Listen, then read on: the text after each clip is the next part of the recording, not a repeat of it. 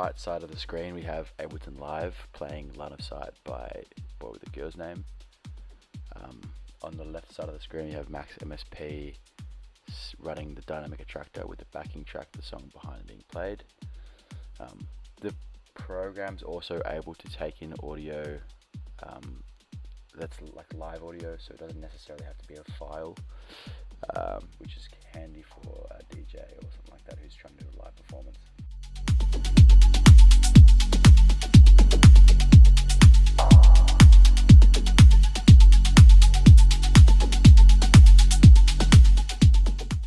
So at this point I'm just sort of fiddling around with the little settings there that you can see on the left hand side of the screen, and it should be known as well that at this point in time the ability of the program to recognize MIDI being played in Ableton is actually not active at the moment. That was just so it becomes apparent that once we do turn it on, the difference is obvious. Here's just sort of, zooming in and out and panning around the screen, just sort of giving an example of how you can move the diagram around. So at this point, I got to turn on the program's ability to read MIDI.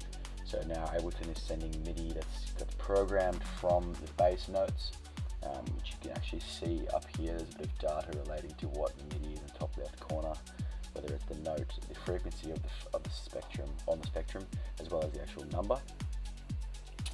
Yeah, you can see there it's manipulating the colors of the diagram.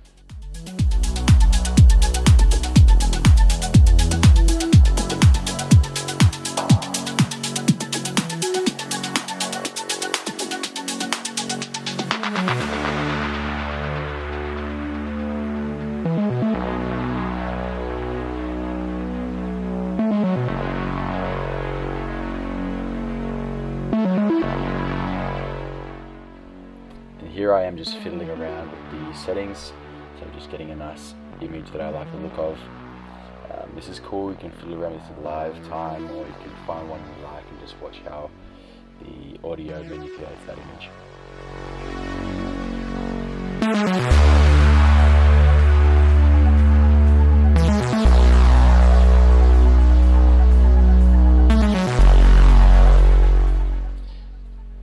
Here I'm just demonstrating the ability that the user has to manually manipulate the color of the image.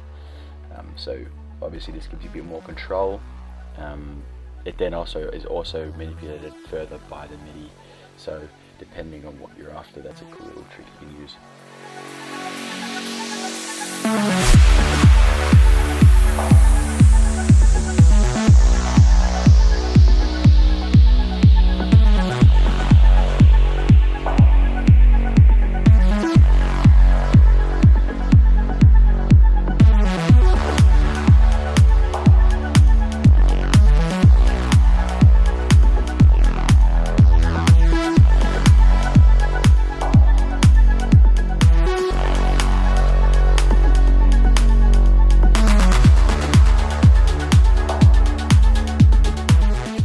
Other than that, there's nothing really specifically that I haven't mentioned yet. I guess all there really is to do now is continue to watch and see the cool images we've got to create using this sort of Attractor code. Thank you for watching.